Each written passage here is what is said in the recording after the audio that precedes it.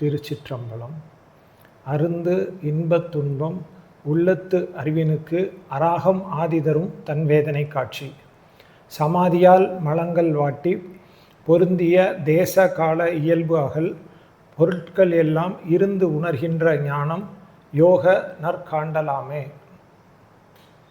கடந்த பாடலில் சுவாமிகள் உயிர் அகத்தில் இருந்தபடியே இருந்து எப்படி ஒரு பொருளை அறிந்து கொள்கிறது என்பதை பற்றி விளக்கமாக எடுத்து கூறினார். இனி இந்த பாடலில் புறத்தே உள்ள பொருளை உயிர் எப்படி அனுபவிக்கிறது என்பதை பற்றி விளக்கமாக கூறுகின்றார்.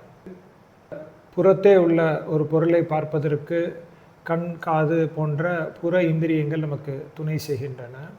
அப்படி புற இந்திரியங்களால் நாம் காணுகின்ற காட்சி பொது காட்சி.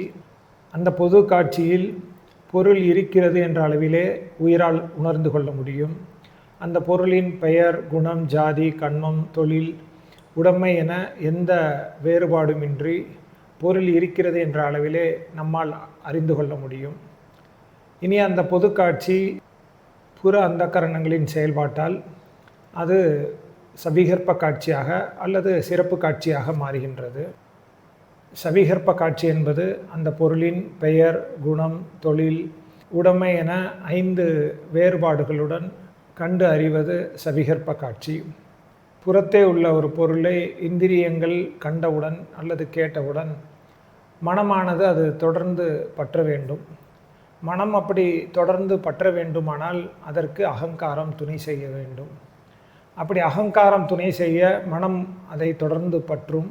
அப்படி மனம் அதை பற்றும் பொழுது புத்தி இது இன்ன பொருள் என நிச்சயம் செய்யும். அப்படி புத்தி இந்த பொருள் என நிச்சயம் செய்வதற்கும் அகங்காரத்தின் துணை வேண்டும்.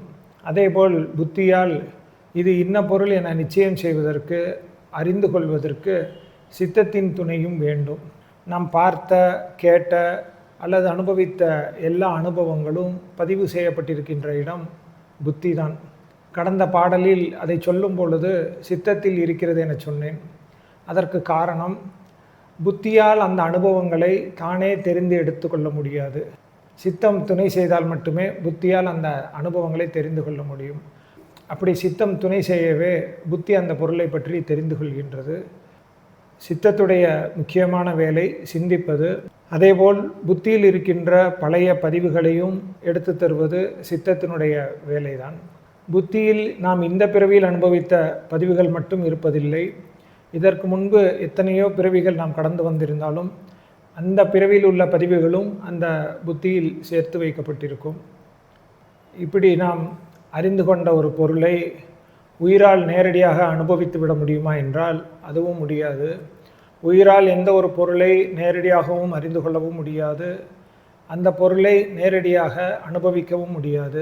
அந்த பொருளை அனுபவிப்பதற்கு உயிருக்கு மேலும் 5 கருவிகளின் துணை தேவை. நமக்கு தெரிந்ததெல்லாம் இந்த புற உடம்பு மட்டும்தான். நமக்கு 5 உடம்புகள் இருக்கின்றன. நாம் பார்க்கின்ற இந்த புற உடம்பு கண், காது போன்ற புற இந்திரியங்களால் ஆனது. இதற்கு அகத்தே உள்ள அக உடம்பு புரியட்ட காயங்களால் ஆனது. அந்த உடம்பு 8 உறுப்புகளால் ஆனது. நம்முடைய மனம், புத்தி, அகங்காரம், அதோடு தன்மாத்திரைகளான ஒளி, ஊறு, ஓசை, நாற்றம், சுவை என்ற 5 தன்மாத்திரைகளோடு கூடி 8 உறுப்புக்கள் அந்த தூள உடலில் இருக்கின்றன. அந்த தூள உடலுக்கு புரியட்ட காயம் என்றும் ஒரு பெயர் உண்டு. இது 2வது உடம்பு. 3வது உடம்பு சித்த உடம்பு அல்லது குணசரீரம். அந்த குணசரீரம் சித்தம் என்ற ஒரே ஒரு கருவியால் ஆனது. இது 3வது உடம்பு. இதற்கு அடுத்து ஆன்மாவிற்கு மிக நெருக்கமாக ஒரு சட்டை போல் அமைந்திருப்பது 4வது உடம்பு. அந்த 4வது உடம்பில் 5 உறுப்புக்கள் இருக்கின்றன. காலம், நியதி, கலை, வித்தை, அராகம் என 5 உறுப்புக்கள் இருக்கின்றன. இது ஆன்மாவிற்கு ஒரு சட்டை போல் இருப்பதால் இதை கஞ்சிக உடம்பு என சொல்வார்கள். கஞ்சிகம் என்றால் சட்டை. இது 4வது உடம்பு. இதை அடுத்து இருக்கின்ற 5வது உடம்பு, ஆன்மாவை மூடியிருக்கின்ற அந்த 5வது உடம்பு காரண உடம்பு. அது மாயையிலிருந்து பெறப்பட்டது. இப்படி 5 உடம்புகள் இருக்கின்றன. இப்பொழுது இவற்றை நாம் பேரளவில் தெரிந்தால் போதும். இவற்றையெல்லாம் பின்னால் பாடங்களில் நாம் விரிவாக பார்ப்போம். இந்த 4வது உடம்பான கஞ்சிக உடம்பு தான் உயிரானது ஒரு பொருளை அனுபவிப்பதற்கு துணை செய்கின்றது. அந்த கஞ்சிக உடம்பில் காலம், நியதி, கலை, வித்தை, அராகம் என்ற 5 உறுப்புக்கள் இருக்கின்றன.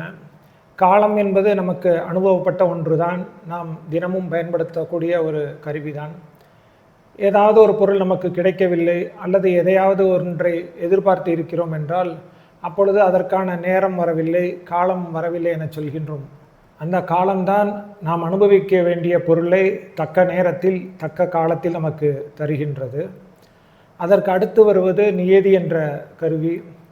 அந்த நியதி என்பது நாம் எந்த ஒரு பொருளை தக்க காலத்தில் அடைந்தாலும் கூட அது இன்ப அனுபவமாகவோ அல்லது துன்ப அனுபவமாக இருந்தாலும் கூட அதை எவ்வளவு அனுபவிக்க வேண்டும், எப்படி அனுபவிக்க வேண்டும் என்ற விதியை தருவது நியதி தத்துவம்.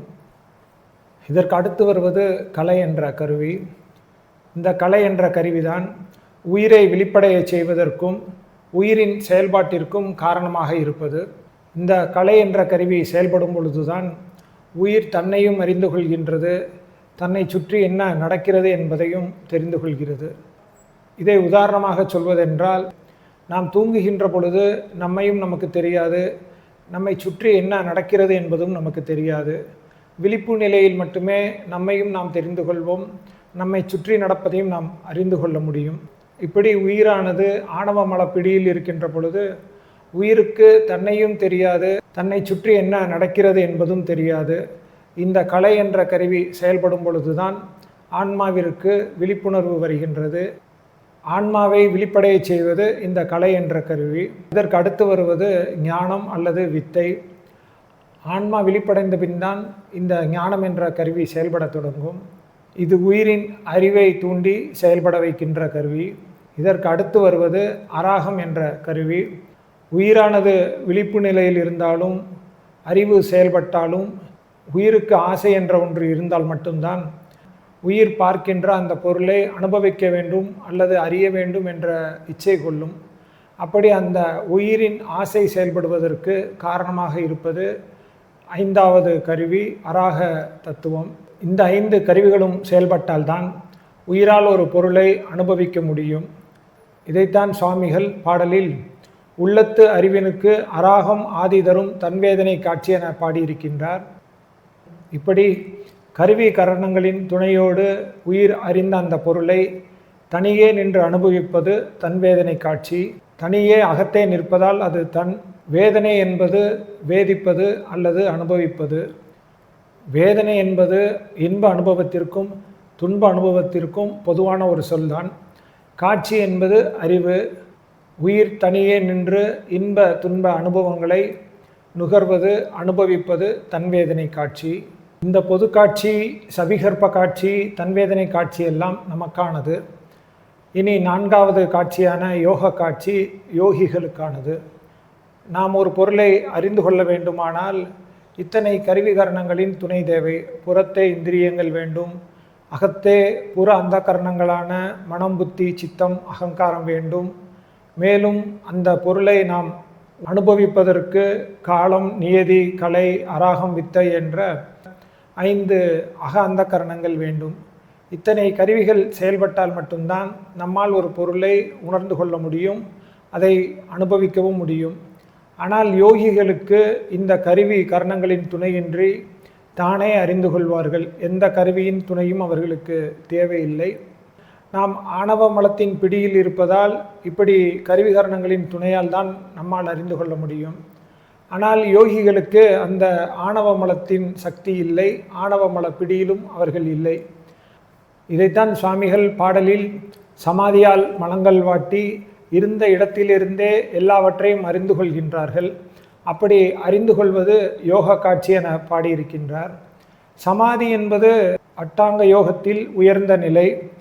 திருமூலர் திருமந்திரத்தில் இந்த அட்டாங்க யோகத்தை பற்றி மிக விளக்கமாக கூறியிருக்கின்றார். அட்டாங்க யோகம் என்பது 8 படிநிலைகளை உடையது. இயமம், நியமம், ஆசனம், பிராணாயாமம், பிரத்யாகாரம், தாரணை, தியானம், சமாதி. இந்த சமாதியால் மலங்களை வாட்டி, அதாவது மலங்களின் வலிமையை குன்றச் செய்து அதன் பின்பு யோக காட்சி அவர்களுக்கு கிடைக்கின்றது. இதில் இயமம் என்பது அறநூலின்படி எதையெல்லாம் தவிர்க்க வேண்டுமோ, எதையெல்லாம் விலக்கி வைக்க வேண்டுமோ அதையெல்லாம் விலக்கி வைப்பது இயமம். நியமம் என்பது அறநூலின்படி நாம் எதெல்லாம் செய்ய வேண்டுமோ அந்த கடமைகளை செய்வது நியமம். ஆசனம் என்பது நம் உடம்பால் 1000க்கு மேற்பட்ட ஆசனங்களை எடுக்க முடியும். அந்த ஆசனங்கள் எல்லாம் நாம் உணர்வு மயத்தில் உயர்வதற்காக பயன்படுத்தப்படுவது. திருமூலர் முக்கியமாக 7 ஆசனங்களை கூறுகின்றார். அது பத்மாசனம், பங்கயாசனம், வீராசனம், ஸ்வஸ்திகாசனம், கேசரி ஆசனம், குக்குட ஆசனம், சுகாசனம் என 7 ஆசனங்களை திருமூலர் குறிப்பிடுகின்றார். இதற்கு அடுத்து வருவது பிராணாயாமம். பிராணா என்பது உயிர் மூச்சு சக்தி, யாமா என்பது கட்டுப்படுத்துவது. உயிர் மூச்சு சக்தியை எப்படி கட்டுப்படுத்துவது என்பதை திருமந்திரத்தில் மிக அதிகமாகவே பாடியிருக்கின்றார். முதல் சொன்ன இயமம், நியமம், ஆசனம் இவை 3ம் உடம்பால் செய்யக்கூடியது, புறத்தே நடைபெறக்கூடியது. இந்த பிராணாயாமாவிற்கு பின்வரக்கூடிய பிரத்யாகாரம், தாரணை, தியானம் இவை 3ம் மனதினால் செய்யப்படக்கூடியவை. முதல் 3 உடம்பினால் செய்யக்கூடியது, அடுத்த 3 மனதினால் செய்யக்கூடியது. இந்த பிராணாயாமம் மிக முக்கியமாக சொல்வதற்கு காரணம், இந்த பிராணாயாமம் உடம்பினாலும் செய்யப்படுவது, மனதினாலும் செய்யப்படுவது. உடம்பிற்கும் மனதிற்கும் பாலம் போல் இருப்பதால் இது மிக முக்கியமான ஒன்று. இந்த பிராணாயாமாவை நாம் கற்றால்தான் அடுத்த படிநிலைகளுக்கு செல்ல முடியும். அதற்கு அடுத்து வருவது பிரத்யாகாரம். பிரத்யாகாரம் என்பது பிராணாயாமம் செய்து மனதையும் மூச்சையும் கட்டுப்படுத்திய பின் அந்த மனதை உள்முகமாக அகத்தே திருப்புவது பிரத்யாகாரம். அகத்தே திருப்பி ஏதோ ஒரு புள்ளியில் நிலைநிறுத்துவது பிரத்யாகாரம். அதற்கடுத்து தாரணை. நம் உடம்பில் நிறைய ஆதாரங்கள் உண்டு. அந்த ஆதாரங்களில் மிக முக்கியமாக 7 ஆதாரங்களை சொல்வார்கள். மூலாதாரத்திலிருந்து சகசிராரம் வரை 7 ஆதாரங்கள்.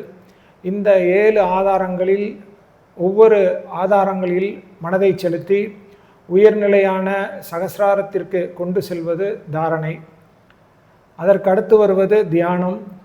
இந்த தியானத்தில் சகசிராரத்திற்கு கொண்டு சென்ற அந்த சக்தியை மேலிருந்து மறுபடியும் கீழே இறங்காத வண்ணம் பார்த்து கொள்வது தியானம். இந்த 7 படிநிலைகளும் உடம்பாலும் மனதாலும் செய்யப்படக்கூடியது. இந்த 8வது நிலையான சமாதி என்பது மனதையும் உடம்பையும் கடந்த நிலை. மற்ற 7 நிலையில் செய்பவனும் செய்யப்படுவதும் தனித்தனியாக இருக்கும். இந்த 8வது சமாதி நிலையில் இது 2ம் மறைந்து இறைவனுடைய திருவருளில் ஒன்றி நிற்கின்ற நிலை சமாதி நிலை. இந்த இறைவனுடைய திருவருளில் நிலைத்து நிற்கின்ற பொழுது கருவி கரணங்களின் துணையின்றி எந்த காலத்திலும், நிகழ்காலம், எதிர்காலம், கடந்த காலம் என 3 காலங்களிலும் இந்த பிறவியில் மட்டுமல்ல கடந்த பிறவியிலும் கூட தெரிந்து கொள்ள முடியும். அதேபோல் இட எல்லையும் கிடையாது. கருவி கரணங்களினால் ஒரு குறிப்பிட்ட எல்லையை மட்டும்தான் காண முடியும். ஆனால் இந்த எல்லைகளை கடந்து 3 உலகத்திலும், மேலுலகம், கீழுலகம், இந்த உலகம் என எல்லா உலகங்களையும் நாம் தெரிந்து கொள்ள முடியும். அதேபோல் கண்ணால் காணக்கூடிய பொருட்களை மட்டும்தான் நம்மால் அறிந்து கொள்ள முடியும். யோக காட்சியில் கண்ணுக்கு தெரியாத பொருளை கூட நம்மால் அறிந்து கொள்ள முடியும். இப்படி யோகியானவர் கருவி கரணங்களின் துணையின்றி இறைவனுடைய திருவருளால் எல்லா காட்சியையும் காண முடியும், எந்த இடத்திலும் காண முடியும், எந்த பொருளையும் அறிய முடியும் என்பது யோக காட்சி. இந்த யோக காட்சியை நம்மாலும் காண முடியும் என்பதனால்தான் சுவாமிகள் முதல் 3 காட்சிகளை பாடும் பொழுது இந்த யோக காட்சியையும் இணைத்து பாடியிருக்கின்றார். இனி அடுத்த பாடலில் இறைவனுடைய திருவருளாலும் குருவருளாலும் கருதல் அளவில் உள்ள பிரிவுகளை தொடர்ந்து சிந்திப்போம். திருச்சிற்றம்பலம்.